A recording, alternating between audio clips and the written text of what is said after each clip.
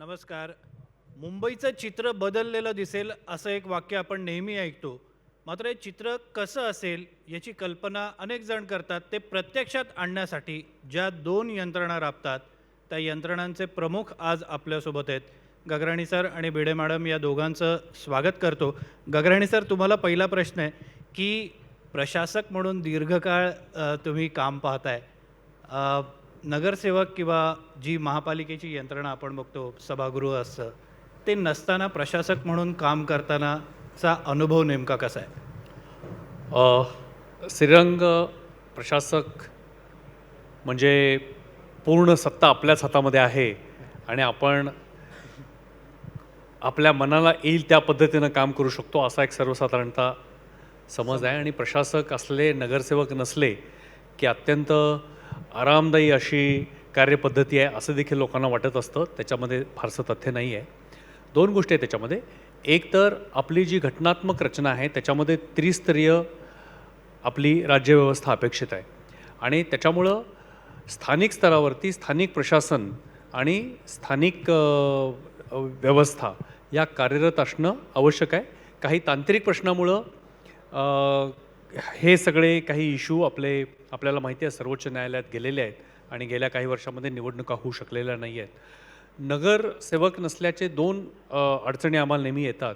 एक तर अत्यंत छोटे जे स्थानिक स्तरावरती सुटू शकणारे प्रश्न आहेत ते सुद्धा प्रत्यक्ष आमच्यापर्यंत येतात. म्हणजे एखाद्या कॉलनीमध्ये पाणी नसेल, कंटॅमिनेशन झालं असेल, पाण्यामध्ये दूषित पाणी आलं असेल किंवा एखाद्या झोपडपट्टीमधला कचरा उचलला गेला नसेल, तर हे जे नगरसेवकांच्या स्तरावरती आणि वॉर्डच्या स्तरावरती प्रश्न सुटतात ते प्रत्यक्ष मग आमच्याकडं अतिरिक्त आयुक्तांपर्यंत किंवा थेट आयुक्तांपर्यंत देखील पोहोचतात. पोचू नयेत अशातला प्रश्न नाही आहे, पण एवढी यंत्रणा जर आपण प्रचंड निर्माण केली तर त्या स्तरावरती प्रश्न सोडवले गेले पाहिजेत.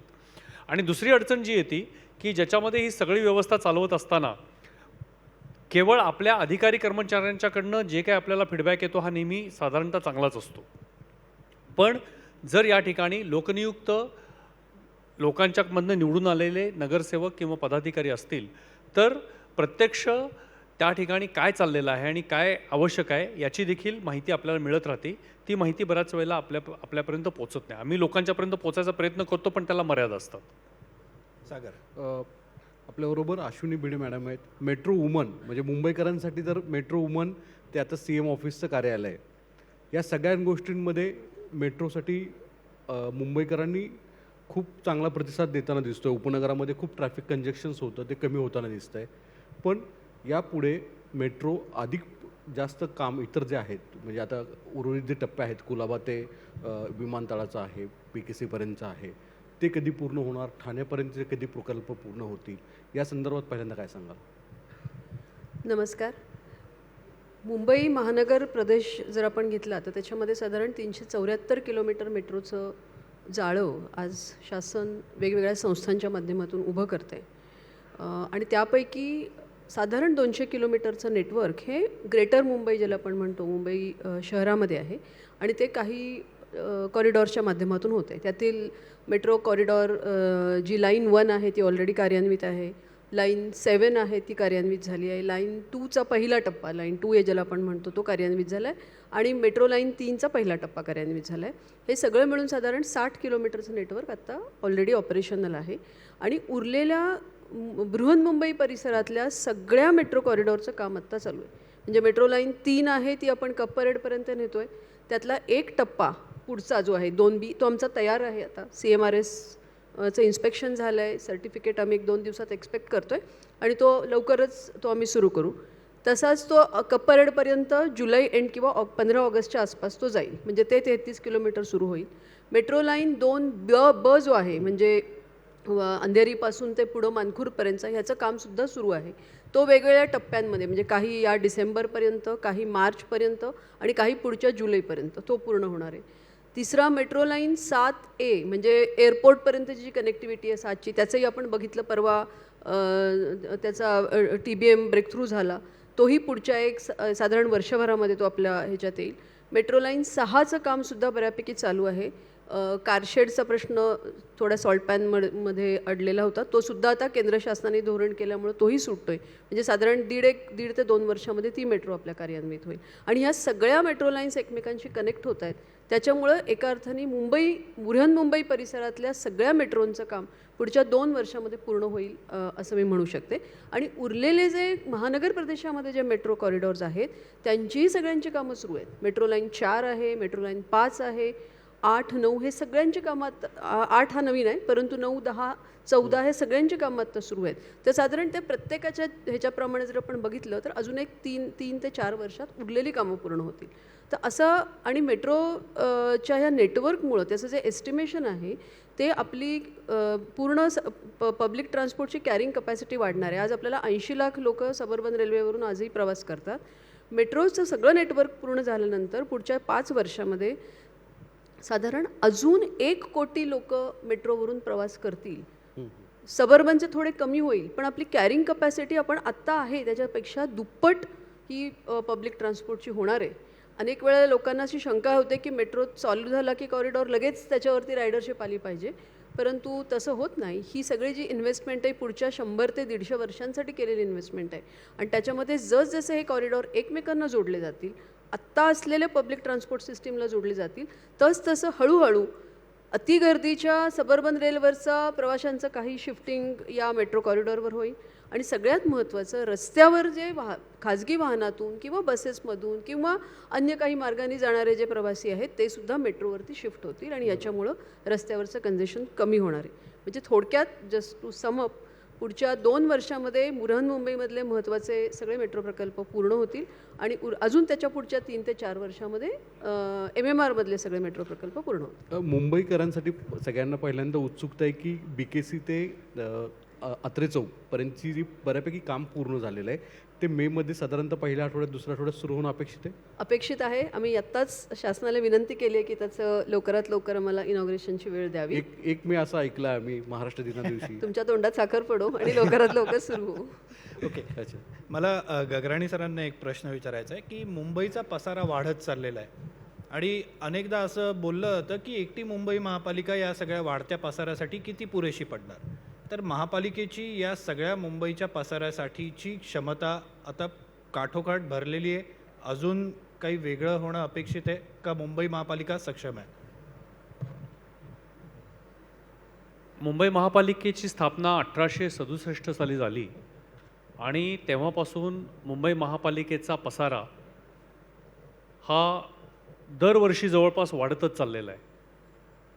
आता मुंबई महापालिकेचं जे बजेट आहे 75,000 कोटी रुपयाचं आणि जवळपास 1.5 लाख कर्मचारी या ठिकाणी काम करत आहेत.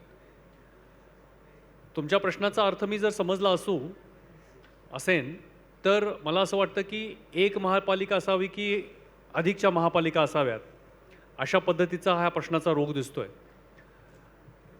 कुठल्याही यंत्रणेचं विकेंद्रीकरण ज्यावेळेला होतं त्यावेळेला अर्थातच अपेक्षा अशी असते की त्याच्यामध्ये त्याची कार्यक्षमता अधिक वाढेल.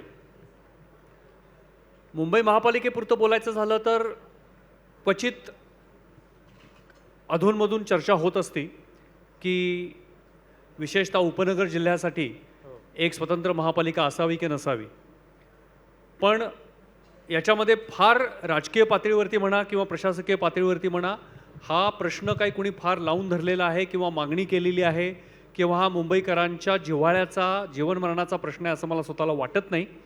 मुंबई महापालिका सक्षमपणे आपल्या सगळ्या सेवा या ठिकाणी देत आहे आणि ज्यावेळेला आपण विकेंद्रीकरण म्हणतो त्यावेळेला काही सेवांचं विकेंद्रीकरण केलं तर त्याच्यामुळं जास्त गुंतागुंत निर्माण होऊ शकते. उदाहरणार्थ अख्ख्या मुंबईला पाणीपुरवठा करणारे जे आपले तलाव आहेत हे तलाव त्याचं विकेंद्रीकरण कसं करणार.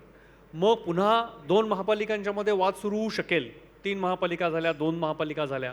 तर असे जे काही प्रश्न आहेत हे प्रश्न निर्माण करण्यापेक्षा जर एखादी यंत्रणा आत्ता सक्षमपणे कार्यक्षमतेनं जर मुंबईकरांना सेवा देत असेल तर मला वाटत नाही की हा आता काही फार महत्त्वाचा किंवा आवश्यक असा तातडीचा प्रश्न आहे. तुम्हाला सर, काय मी बोलायचं थोडंसं ॲड करू इच्छिते कारण यापूर्वी मी काही काळ मुंबई महानगरपालिकेमध्ये होते आणि विशेषतः कोविडच्या काळामध्ये मुंबई महानगरपालिकेची कामगिरी सगळ्यात चांगली झाली देशामध्ये नव्हे जगात पण ती चांगली झाली. याचं कारणच असं होतं की मुंबई महानगरपालिका ही एकमेव संस्था जी पूर्ण बृहन्मुंबईचं कामकाज बघते. दिल्लीमध्ये अनेक संस्था असल्यामुळे तिथे अनेक वेळेला कोऑर्डिनेशनचे प्रॉब्लेम होत होते आणि सरांनी जे सांगितलं की ही संस्था स्वतः सक्षम आणि विकेंद्रीकरणाचं पुरेसं झालं आहे. म्हणजे आपण बघितलं तर कुठल्याही मला वाटतं शहरामध्ये अशा प्रकारे 24-25 वॉर्ड्स आहेत. त्या वॉर्ड्सची स्वतःची एक यंत्रणा आहे आणि खूप मुंबई महानगरपालिकेचं जे एक ऑर्गनायझेशनल स्ट्रक्चर आहे ते अतिशय चांगलं आहे. म्हणजे त्याच्यामध्ये एकीकडं हेडक्वार्टरच्या सगळ्या एजन्सीज आहेत, दुसरीकडे वॉर्डवरती प्रत्येक वॉर्डमध्ये 2-2 हजार लोक काम करतात आणि अगदी आपले म्हणजे हेल्थ सेंटर्स असतील असे प्रत्येक विभाग हे अगदी त्या नगरसेवकांच्या वॉर्डपर्यंत गेलेले आहेत. त्यामुळं सरांनी जे म्हटलं त्याप्रमाणे तिचं आत्ताचं स्ट्रक्चर आहे ते पूर्ण मुंबईच्या कामकाजाला त्याला अजून विकेंद्रित करता येऊ शकेल, परंतु त्याचे वेगवेगळे भाग करून पॅरलल कामं करणं हे काही फार त्याची मागणी पण नाही. आणि कोणाची मला दोघांनाही विचारायचं आहे, म्हणजे आता आपण मॅडम तुम्ही सी एम ऑफिस पाहताय, गगराणी साहेब तिथे आधी होते. मुंबईसाठी ओव्हरऑल सगळ्या गोष्टीमध्ये भविष्यामध्ये आत्ताच्या कालावधीमध्ये सगळ्यात जे चॅलेंजेस जे म्हटले जातात ते पाण्याचं नियोजन फार मोठा एक टास्क राहणार आहे. सिमेंटचे रस्ते याच्यावरनं सुद्धा मतांतर येत आहेत.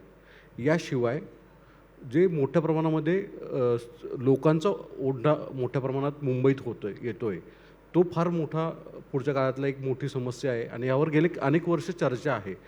पण याला सगळं कंट्रोल करणं तसं डायरेक्ट हातात काही आहे, काही गोष्टी नाही आहेत. पण मुंबई महापालिकेसमोरच्या कोणत्या मोठ्या चॅलेंजेस आहेत की त्याच्यामध्ये सगळ्यात जास्त फोकस करायला हवा असं वाटतं पुढच्या काळात? मुंबई महापालिका शहरामध्ये जे प्रश्न हाताळते किंवा ज्या नागरी सेवा पुरवते त्या एवढ्या वैविध्यपूर्ण आहेत. म्हणजे रस्त्यावरची कुत्री पकडण्यापासून ते हार्ट ट्रान्सप्लांट करण्यापर्यंत आणि 5 लाख विद्यार्थ्यांना शिकवण्यापासून ते प्रत्येक घरामध्ये पाणी पुरवण्यापर्यंत एवढे आहे की त्याच्यामुळे मी असं एकच आमची प्रायोरिटी आहे, प्राधान्य आहे असं सांगणं कदाचित योग्य होणार नाही. त्याच्यामुळं बाकी सेवांच्यावरती दुर्लक्ष करतोय असा काहीतरी आपला निर्माण होऊ शकेल. पण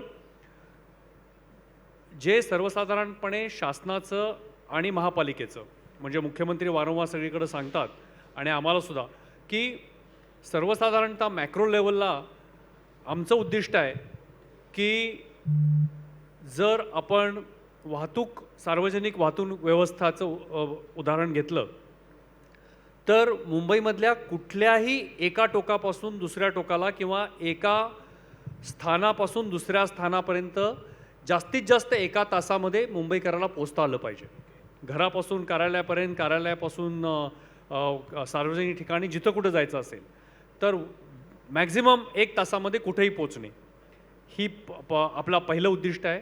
दुसरं उद्दिष्ट महत्त्वाचं आहे ते म्हणजे 24 तास प्रत्येक घरामध्ये पिण्यायोग्य सुरक्षित पाणी पोचवणे आणि त्यासाठी आपला प्रयत्न चालू आहे. आणि अर्थातच सार्वजनिक आरोग्य व्यवस्था बळकट करणे या 3 गोष्टींवरती महापालिकेचा भर आहे. अर्थातच बऱ्याचशा गोष्टी आपल्याला त्या अनुषंगाने कराव्या लागतील, पण या 3 गोष्टींवरती जर आपण भर देऊ शकलो तर मला वाटतं की अत्यंत मूलभूत अशा स्वरूपाचं काम आपण मुंबईसाठी करू शकतो.